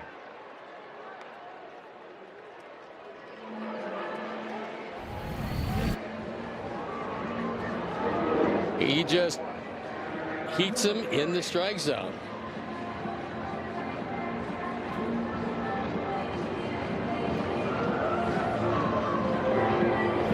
Colson a little unhappy with himself, but now there's a meeting at the mound, and the question is,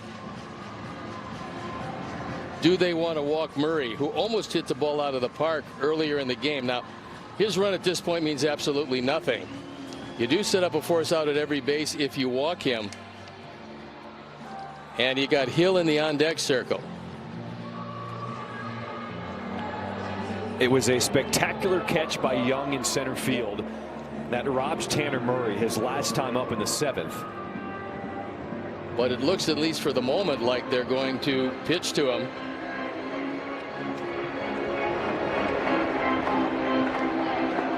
Let's see if the Sox can make this decision really hurt. First pitch missing, up and in, ball 1 to Murray.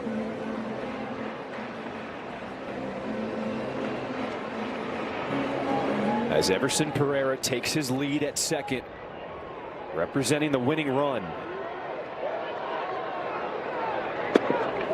Inside, ball 2. And now they're going to appeal this one. Catcher's challenging the ball call. ABS powered by T-Mobile. That's not even close, but again, one remaining. You know, you got 2, and you know you get another one if you head to extras, so not much to lose by challenging that. And now they're going to put him on first base, and I'm kind of surprised they even threw 2 pitches to him, but they were inviting Murray to swing out of the strike zone. He didn't do it.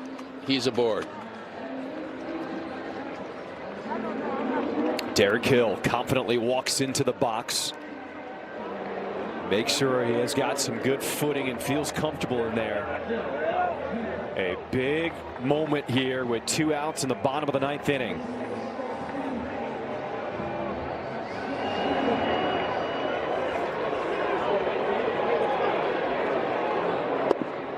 Comes up empty, strike 1.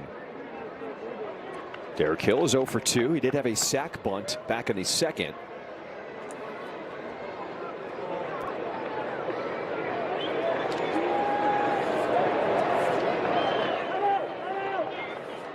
Tell you what, even when the White Sox aren't scoring runs, these games have been so much more competitive over this last week or so. Well, this was just one of the great pitcher's duels you'll see. Neither starting pitcher giving an inch before turning it over to the bullpens. 0-1.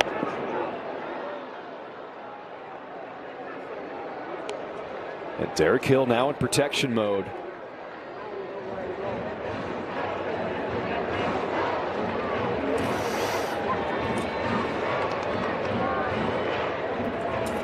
Everson Pereira, his 1-out single, and then the errant throw at first advanced him to second.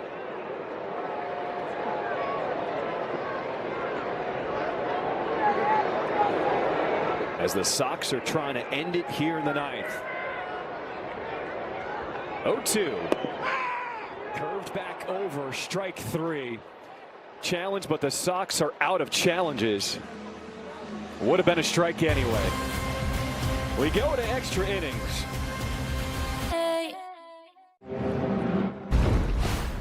If you're just joining us, let's get you caught up in what you missed. Their starter, Foster Griffin, he was outstanding. 7 innings, only gave up 2 hits, no runs. And similar, Sean Burke, 7 1/3, 3 hits, no runs. Both pitchers dominating.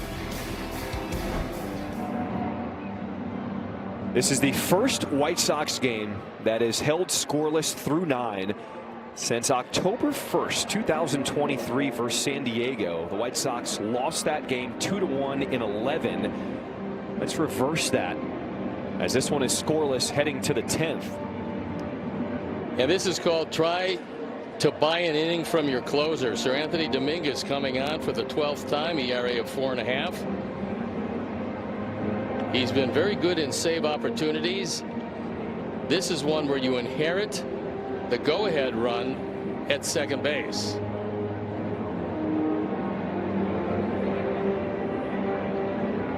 So Dalen Lyle, who made the final out in the 9th inning, he will be the ghost runner to start at second here in this 10th.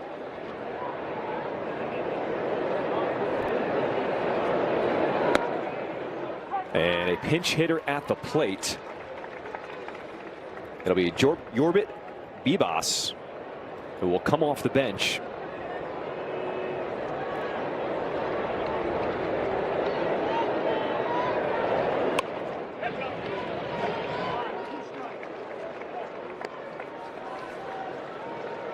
B-Bus's job is pretty simple.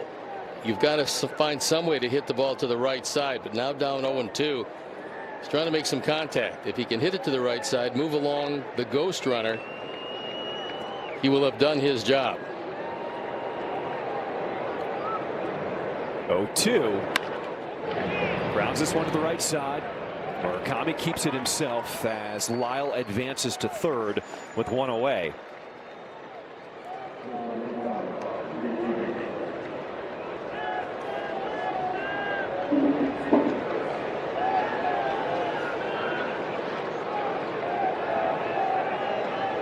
So the White Sox infield will come in to try to cut off that run at home.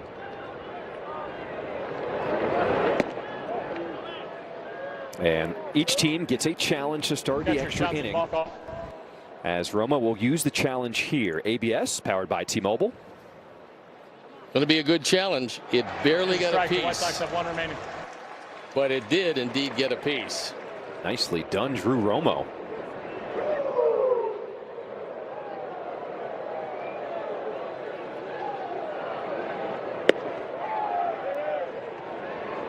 The appeal to third. No swing. 1 ball, 1 strike to count here to C.J. Abrams. We're in an interesting streak. We haven't seen many appeals go the way of the strike.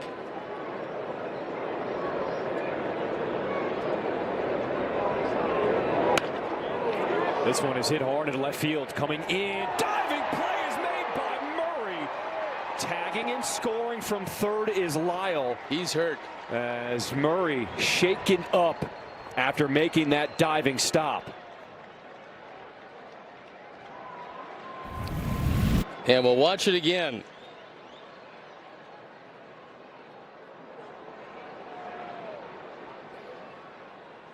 Many instances it's the shoulder when you make a dive like that, and Murray is still down in left center field. So Will Venable and the medical staff will now come out and check on Murray. He completely sold out. A full out effort just to get to that ball, and now you got to hope that he's going to be okay.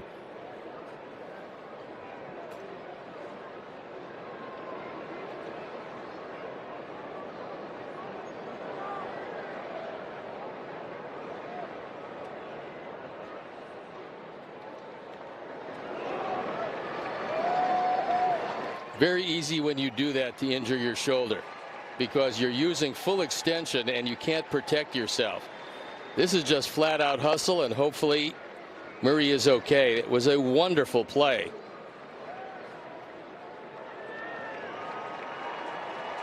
And it looks like it's quite obviously the left arm and maybe the left shoulder. All right, let's take another look at this catch by Tanner Murray.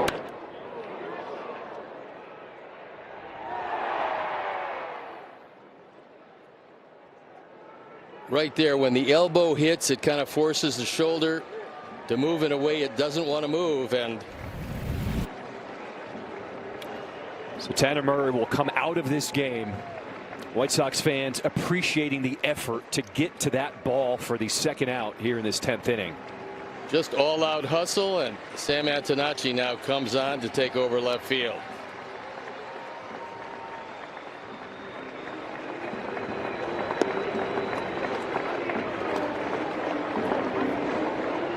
As you would expect, he gets a great hand from the crowd. They really appreciate not only the play, but the hustle to get to the play.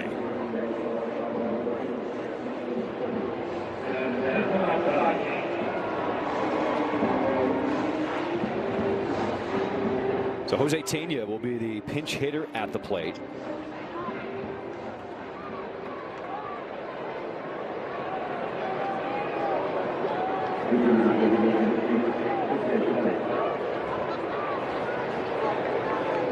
As the Nationals strike first, 1-0 here in this 10th inning. One of the good things about it is that Hill is going to be the man at second base, and he's got some big speed as we get into the bottom of the 10th.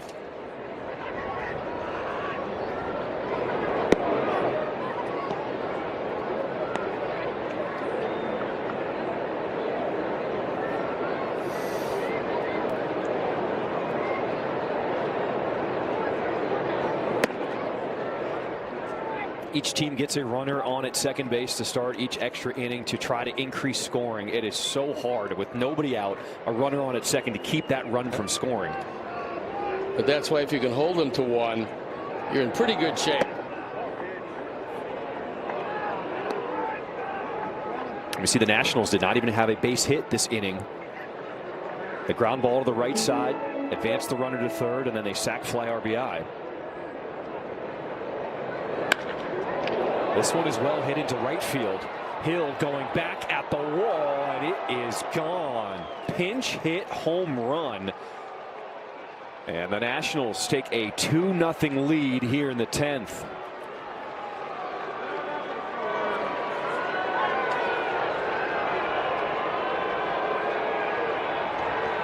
We talked about it in Arizona with Sewald. He came into a situation similar, a non-save situation for a closer. With Dominguez, kind of the same thing. Non-save situation with a closer. And that one gone on a tough day to hit home runs.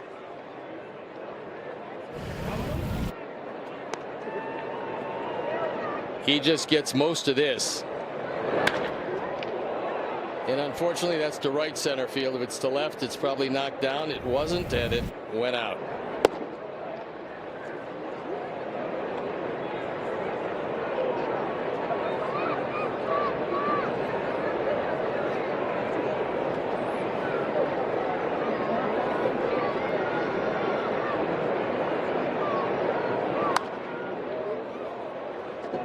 Nationals scored 4 runs in the 10th yesterday to get the win.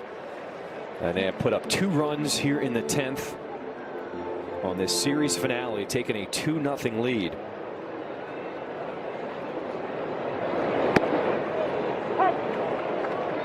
And we're going to have a challenge. Batter's challenging the strike call. ABS powered by T-Mobile. There's a strike. Washington has no challenges.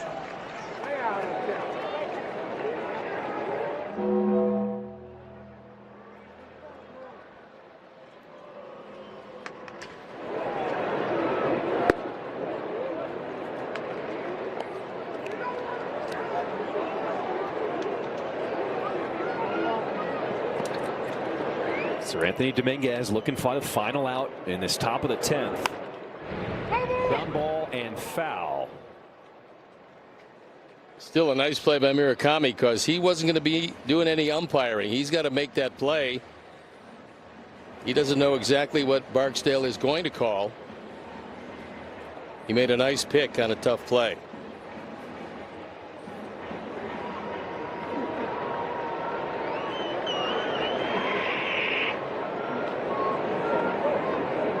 (3-2). In the air to left center. It is Peters drifting back for the catch. We go to the bottom of the 10th. Sox down. Vanguard.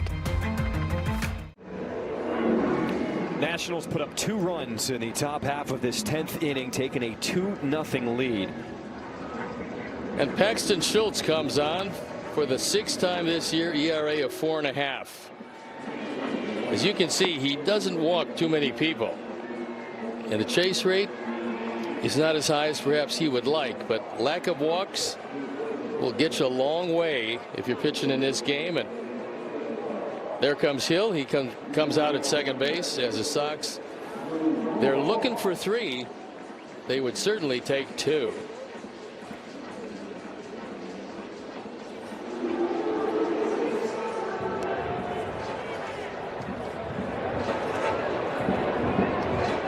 It'll be 8-9-1 in the Sox order, starting with Drew Romo in this bottom half of the 10th inning.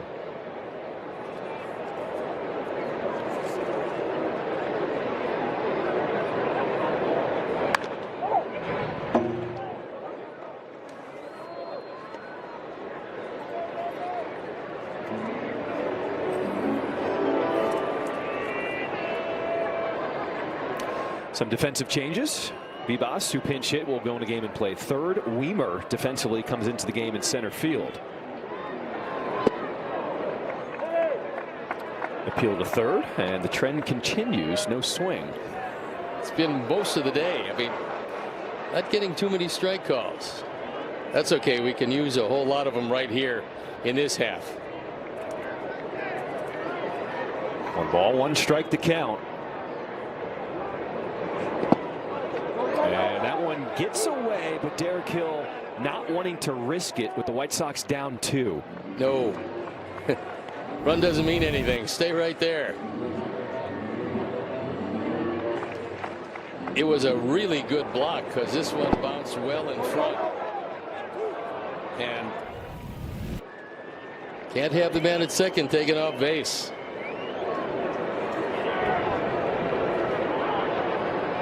Two balls and a strike to count. Now 2-2.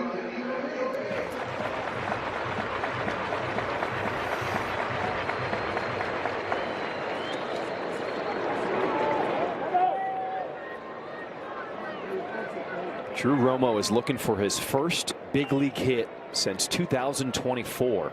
What a wonderful time to get it.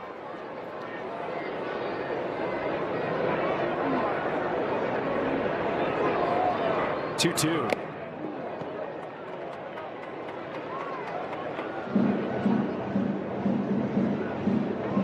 That time he almost whiffed it. He missed it entirely instead of just getting a piece, because if it goes to the screen, it's going to be tying runs on base.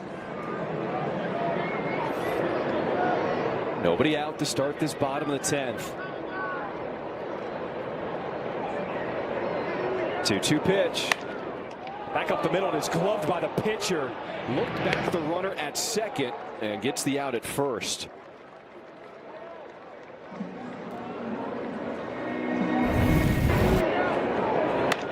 Schultz does the right thing. He freezes him, and then you know you've got plenty of time to go to first base.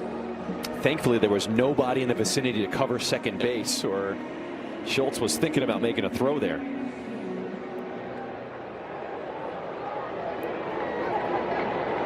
Tristan Peters, his first at bat today. Timeout was called, and Schultz, when he sees that, you might as well just sail the ball over the head of the umpire instead of just stopping your motion. You never really know, if you stop your motion like that when you're into it, as Schultz was, if some part of your body's going to give loose, you're going to get hurt. So when he looked up and then saw the catcher right there, he just stopped instead of just sail it over, and you get a no harm, no foul situation. Drew Millis want to just go over the scouting report.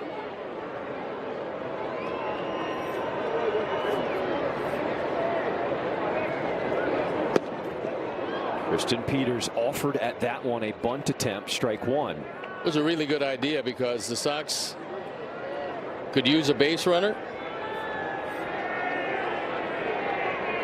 And he also knows if he gets on, you go right to the top of the order.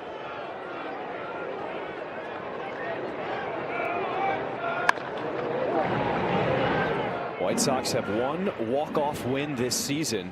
It was the home opener, and Tristan Peters was the hero.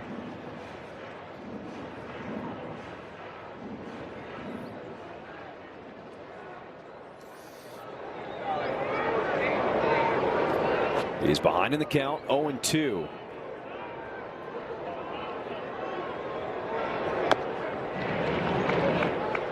Just doing enough to stay alive. Good job of staying alive there, because that was a very tough pitch. And once you've committed to swinging at it, you got to find some way to get a piece of it. It's kind of almost like a knuckle change. It's really an interesting pitch.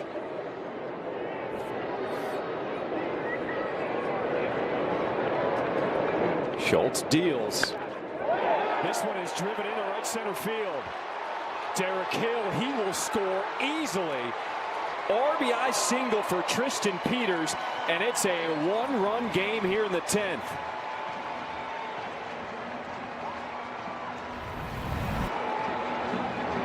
It's the same pitch, and seeing 2 in a row, he just goes down and gets it. His job one way or the other was to get on base. He now represents a tying run, and we move to the top.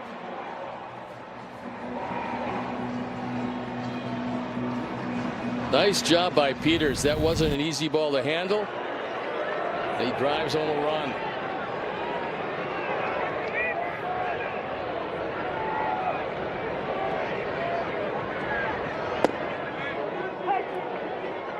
Strike one. Top of the order, Chase Madrath with one out.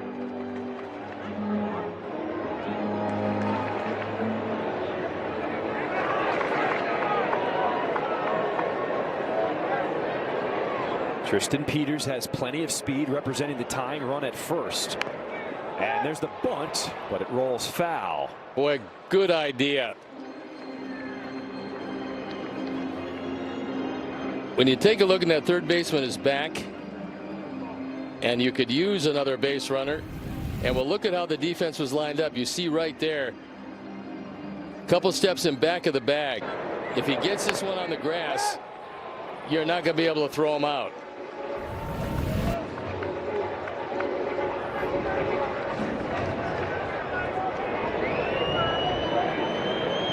Madrath behind in the count now, 0-2.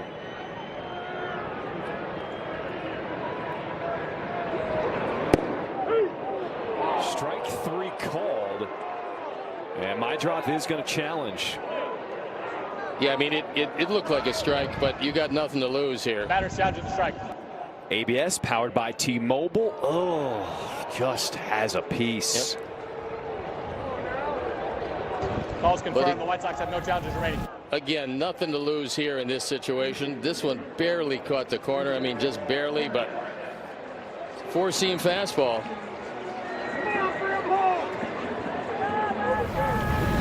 Well, last chance for the Sox is Miguel Vargas. Now, the outfield all the way around is playing probably 5 steps deeper than they would normally play, because you have to play a no double set. That's a tying run at first base.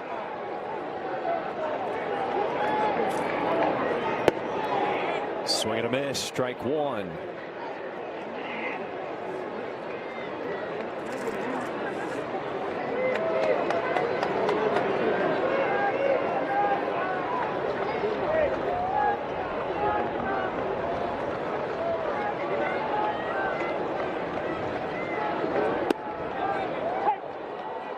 If Vargas can find a way to get on and extend this game, Munetaka Murakami waits on deck.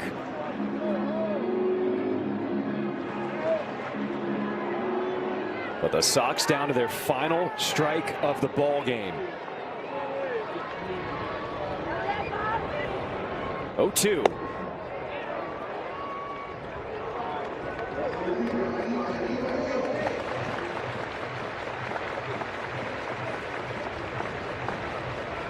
Schultz tried to throw that last one right through Millis instead of to him. Peters representing the tying run, taking his lead at first. Now he takes off. Swing and a miss, strike three, and that'll do it. White Sox tried to battle back, scoring one here in the 10th, but will fall in this finale 2-1 and will lose this series to the Nationals. This was a very well pitched and a very well played game. Unfortunately, the Sox did not come out on top. It was a good series, all things considered. Sox lose the series to the Nationals, but there were some real positives. Sean Burke was magnificent today. Best we've seen him so far this season, and very encouraging sign for the White Sox starter. Unfortunately, the White Sox lose back-to-back games now in 10 innings, and it is a final. White Sox lose to the Nationals and close out this series by a final score of 2-1. For Brooke Fletcher, Connor McKnight, my guy, Steve Stone, I'm John Triffin. Thank you so much for spending your Sunday afternoon with us. White Sox postgame live presented by Yuengling comes your way. Next, Chuck.